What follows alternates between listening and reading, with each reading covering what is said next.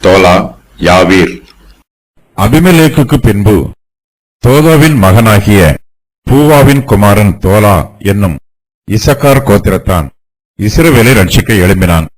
அவன் எப்ராயிம் மலைத்தேசத்து ஊராகிய சாமீரிலே குடியிருந்தான். அவன் இஸ்ரவேலை 23 வருஷம் நியாயம் விசாரித்து பின்பு மரித்து சாமீரிலே அடக்கம் பண்ணப்பட்டான். அவனுக்கு பின்பு கீலேயாத்தியனாகிய யாவீர் எழும்பி இஸ்ரவேலை 20 வருஷம் நியாயம் விசாரித்தான். 30 கழுதைக்குட்டிகளின் மேல் ஏறும் 30 குமாரர் அவனுக்கு இருந்தார்கள். அவர்களுக்கு 30 ஊர்களும் இருந்தது. கீலேயாத் தேசத்தில் இருக்கிற அவைகளுக்கு இந்நாள் வரைக்கும் யாவீரின் கிராமங்கள் என்கிற பெயர் இருக்கிறது. யாவீர் மரித்து காமோனிலே அடக்கம் பண்ணப்பட்டான். தோலா, யாவீர் ஆகிய 2 நியாயாதிபதிகளும் இஸ்ரவேல் புத்திரரை நியாயம் விசாரித்தார்கள். இவர்களுடைய காலங்களில் இஸ்ரவேல் தேசம் அமைதலாய் இருந்தது. ஆனால் இஸ்ரவேலின் சரித்திரத்திலே இவ்விரண்டு நியாயாதிபதிகளை பற்றியும் அதிகமாய் எழுதப்படவில்லை. கர்த்தரே இவ்விரண்டு நியாயாதிபதிகளையும் இஸ்ரவேலை நியாயம் தீர்க்க எழுப்பினார். இவர்கள் அபிமெலேக்கை போல மாய்மாலம் பண்ணவில்லை. கர்த்தர் அபிமெலேக்கை அழைக்காவிட்டாலும் அவன் ராஜாவாக வேண்டும் என்று ஆசைப்பட்டான். தோலாவும் யாவீரும் தங்களுடைய சுய ஆசையினால் இஸ்ரவேலை நியாயம் தீர்க்க எழும்பவில்லை. கர்த்தரே அவர்களை எழுப்பினார். தம்முடைய ஊழியத்தை செய்வதற்கு கர்த்தர் அவர்களை தகுதிப்படுத்தினார். அபிமெலேக்கு தன்னைத்தானே உயர்த்தினான். அவன் தன்னைத்தானே கனப்படுத்தினான். கர்த்தர் அவனை ஊழியத்திற்கு அழைக்காவிட்டாலும் அவன் ராஜாவாக வேண்டும் என்று விரும்பினான். தோலாவும் யவீருமோ தங்களை தாங்களே உயர்த்தவில்லை. கர்த்தரே அவர்களை உயர்த்தினார். தோலா அபிமெலேக்குக்கு பின்பு இஸ்ரவேலை ரட்சிக்க எழும்புகிறார். அபிமெலேக்கின் காலத்தில் இஸ்ரவேல் தேசம் சீரழிந்து போயிற்று. ஜனங்கள் கர்த்தரை பின்பற்றாமல் விக்கிரகங்களை ஆராதிக்கிறார்கள். தேசத்திலே விக்கிரக கோவில்களும் ஏராளமாய் இருக்கிறது.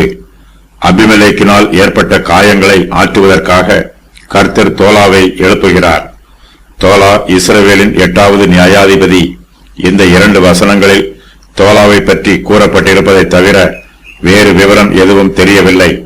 இவன் இஸ்ரவேலை 23 வருஷங்கள் நியாயம் விசாரித்தான். தோலா இஸ்ரவேல் புத்திரர் மத்தியிலே விக்கிரக ஆராதனையை நீக்கி போட வேண்டும். தேசத்திலே ஆவிக்குரிய மறுமலர்ச்சி ஏற்படுவதற்கு ஊழியம் செய்ய வேண்டும். அபிமெலேக்கின் மோசமான ஆட்சியினால் ஏற்பட்ட சேதங்களையெல்லாம் தோலா செப்பனிட வேண்டும். அவர் இஸ்ரவேல் தேசத்தை மறுபடியும் சீர்படுத்த வேண்டும்.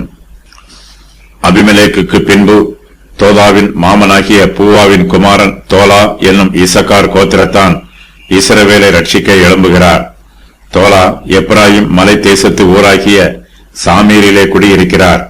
தோலா இஸ்ரவேலை 23 வருஷம் நியாயம் விசாரித்து பின்பு மரித்து சாமீரிலே அடக்கம் பண்ணப்படுகிறார். தோலாவுக்கு பின்பு கீலேயாத்தியனான யாவீர் எழும்பி இஸ்ரவேலை 22 வருஷம் நியாயம் விசாரிக்கிறார். இவர் மனாசேயின் பாதி கோத்திரத்தை சேர்ந்தவர். இந்த கோத்திரத்தார் யோர்தானுக்கு அப்புறத்திலே குடியிருக்கிறார்கள். நியாயாதிபதிகள் 10:3 வசனத்தில் சொல்லப்பட்டிருக்கும் யாவீர் என்பவன் எண்ணாகமம் 32:41, உபாகமம் 3:14, யோசுவா 13:30 ஆகிய வசனங்களில் கூறப்பட்டிருக்கும் யாவீர் அல்ல. இவன் யாவீரின் சந்ததியில் வந்தவனாக இருக்கலாம். முதலாவது யாவீர் யோசுவாவின் நாட்களில் வாழ்ந்தவன். இந்த யாவீர் ஒரு நியாயாதிபதி. இஸ்ரவேலர் கானான் தேசத்திற்குள் பிரவேசித்து 309 வருஷங்களுக்கு பின்பு நடைபெறும் சம்பவத்தில் இந்த யாவீர் வருகிறான். யாவீருக்கு முன்பாக 8 நியாயாதிபதிகள் இருந்தார்கள். இஸ்ரவேல் புத்திரர் 5 தடவை அடிமைத்தனத்தில் சிக்கி இருந்தார்கள். இவனுக்கு 30 குமாரர்கள் இருக்கிறார்கள். அவர்கள் 30 கழுதை குட்டிகளின் மேல் ஏறக்கூடியவர்கள். அவர்களுக்கு கீலேயாத்தில் 30 ஊர்களும் இருக்கிறது. தோலா 23 வருஷமும் யாவீர் 22 வருஷமும் இஸ்ரவேலை நியாயம் விசாரித்தார்கள். இந்த 45 வருஷ காலத்தில் இஸ்ரவேல் தேசம் அமெரிக்கையா இருந்தது. மற்ற தேசங்கள் இவர்கள் மீது யுத்தம் பண்ணவில்லை. தோலா இஸ்ரவேலை ரட்சிக்க எழும்புகிறான். ஆனால் எந்த யுத்தத்தை பற்றியும் இந்த வசனங்களில் கூறப்படவில்லை. யாவீரின் குடும்பம் புகழ்பெற்று விளங்குகிறார்கள்.